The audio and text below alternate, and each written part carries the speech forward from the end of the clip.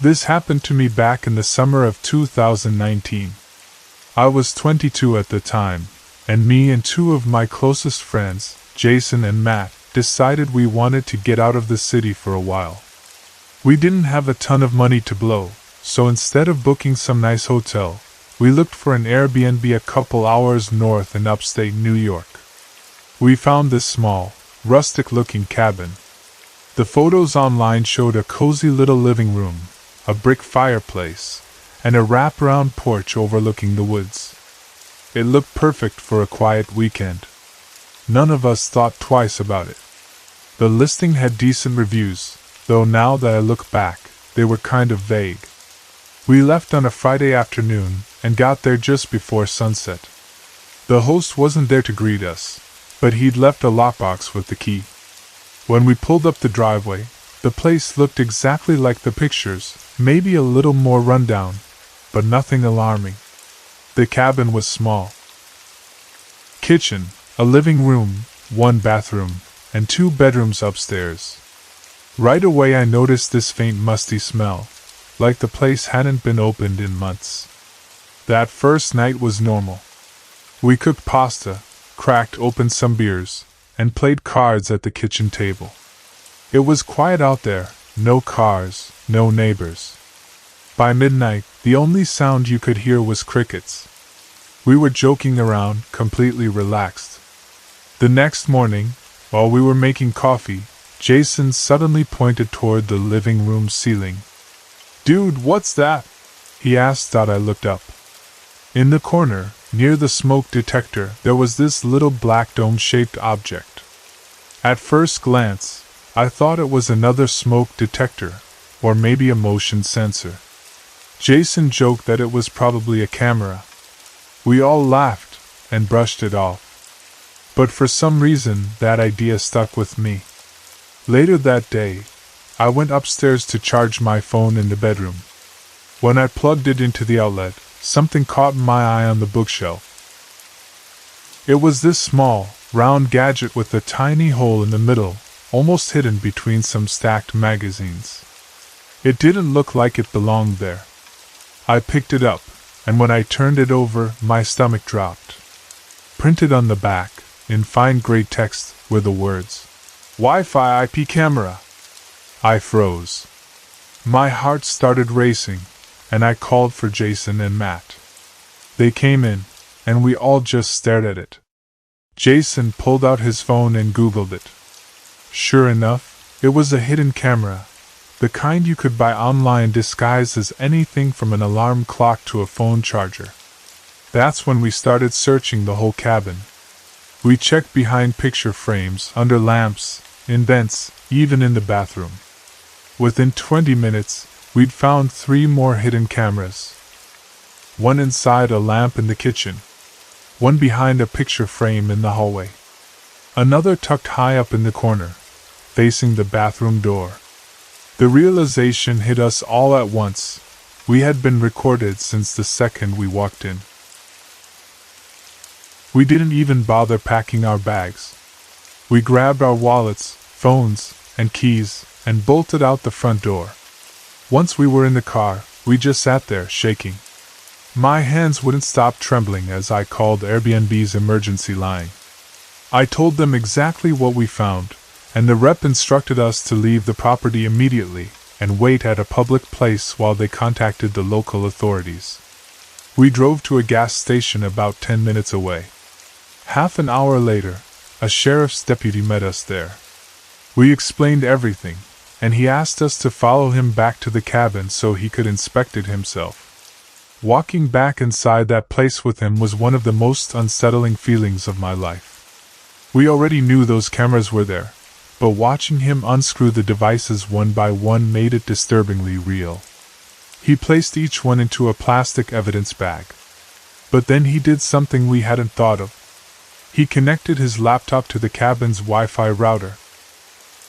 What he found still makes my skin crawl. The feed from all those cameras wasn't just being stored locally. They were being streamed live to an external IP address. That meant someone, somewhere, had been watching us in real time. Every laugh, every conversation, Every moment we thought was private, someone had eyes on it. The deputy told us this wasn't the first time he'd seen something like this. People were buying hidden cameras online for cheap, setting them up in rentals, and selling the footage on creepy websites. We later learned the host had actually been reported before. 2 other renters had left vague complaints about privacy concerns, but nothing was ever proven, so his listing stayed up. To this day, I don't know what footage that man has of us, or where it might have ended up. What scares me the most is the possibility that we didn't find all of the cameras.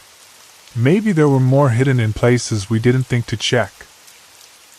Whenever I stay anywhere new now, whether it's a hotel, Airbnb, or even a friend's house, the first thing I do is check every outlet, every smoke detector, every corner of the ceiling. I'll never shake the feeling of being watched.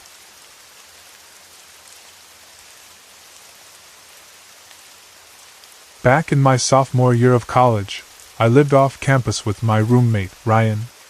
We rented this old 2-bedroom apartment in a building that had probably been around since the 70s. It wasn't the nicest place, but the rent was cheap, and the location was only a 10-minute walk from campus. For the first few months, everything felt fine. The apartment was a little rundown, squeaky floors, thin walls, and flickering lights in the hallway, but nothing that felt out of the ordinary. Until one day, Ryan noticed something odd in the bathroom. Above the shower, in the corner near the ceiling, was what looked like a small black vent cover. Neither of us remembered seeing it when we first moved in, but I figured maybe it had just gone unnoticed. Still, Ryan thought it looked weird. He got up on a chair, took off the vent cover, and inside was a small square device with a blinking blue light. It didn't take long for us to realize it was a camera. The discovery made my stomach drop. We didn't even know how long it had been there. Days, weeks, maybe since we moved in. The worst part was its placement. The angle of the camera was directly facing the shower. We immediately pulled it out and shut it off. Ryan was furious. He stormed down to the building manager's office in the lobby and confronted him.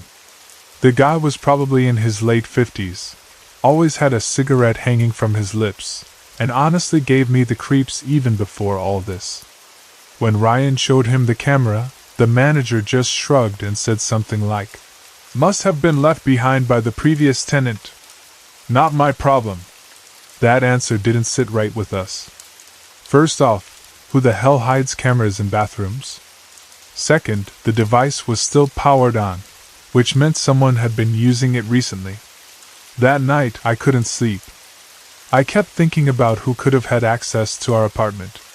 Maintenance workers came by occasionally, and the landlord had keys to every unit. The thought of someone creeping in while we were at class and setting up cameras made my skin crawl. A few days later, Ryan decided to do a more thorough search. He literally tore the place apart looking for anything suspicious. And he found something, hidden inside our living room smoke detector. Another camera. This one was angled toward the couch and the front door. We called the police right away. 2 officers came by, inspected the devices, and confirmed they were live streaming cameras. They asked us if we noticed any strange Wi-Fi networks in the building. And actually, we had. There was always this unsecured network called Apartment Cam that popped up on our phones. I never connected to it, but I always assumed it was just some neighbor's Wi-Fi. The cops took the devices as evidence and questioned the building manager. I don't know exactly what they said to him, but after that day, he started avoiding us completely. He wouldn't answer calls, and his office door was always locked. About a week later, Ryan got a call from the police. They told him that the cameras had been transmitting directly to a laptop that belonged to the building manager. When they got a warrant to search his place, they found dozens of similar cameras, plus external hard drives filled with footage. And here's where it gets even worse. The officers said most of the videos weren't just of us. There were clips from other apartments in the building, showers, bedrooms, even footage of kids' rooms. The guy had been secretly recording tenants for years. We had to give statements, and the manager was eventually arrested. Last I heard, he was facing multiple charges for invasion of privacy and unlawful surveillance. But honestly, the arrest didn't give me the relief I thought it would, because the damage was already done. I'll never know what kind of footage he had of me, or who else might have seen it. Maybe it was just stored on his hard drives. Or maybe he uploaded it somewhere online. The thought still keeps me up at night. I moved out before the semester ended. I couldn't stand being in that apartment another second, even after the guy was gone.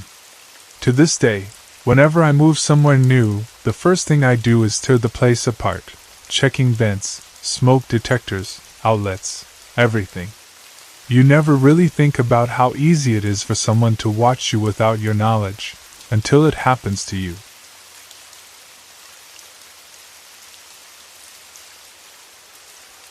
This happened to me in 2022 when I was traveling for work.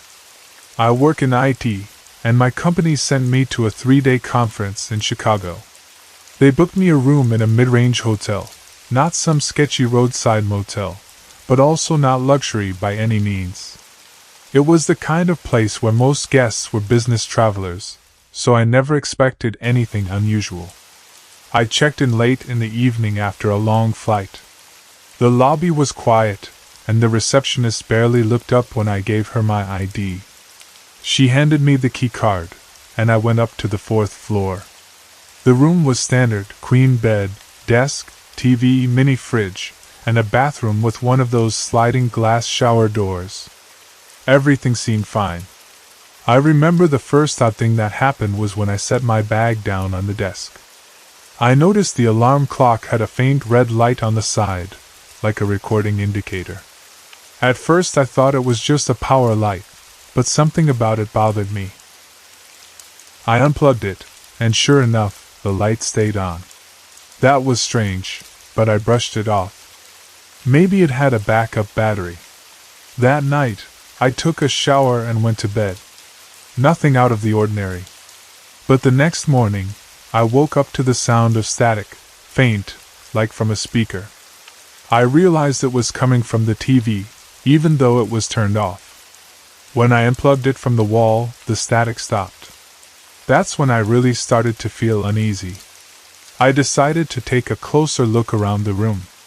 I pulled the alarm clock apart, and what I found made my stomach drop. Inside, behind the regular clock components, was a tiny pinhole camera lens.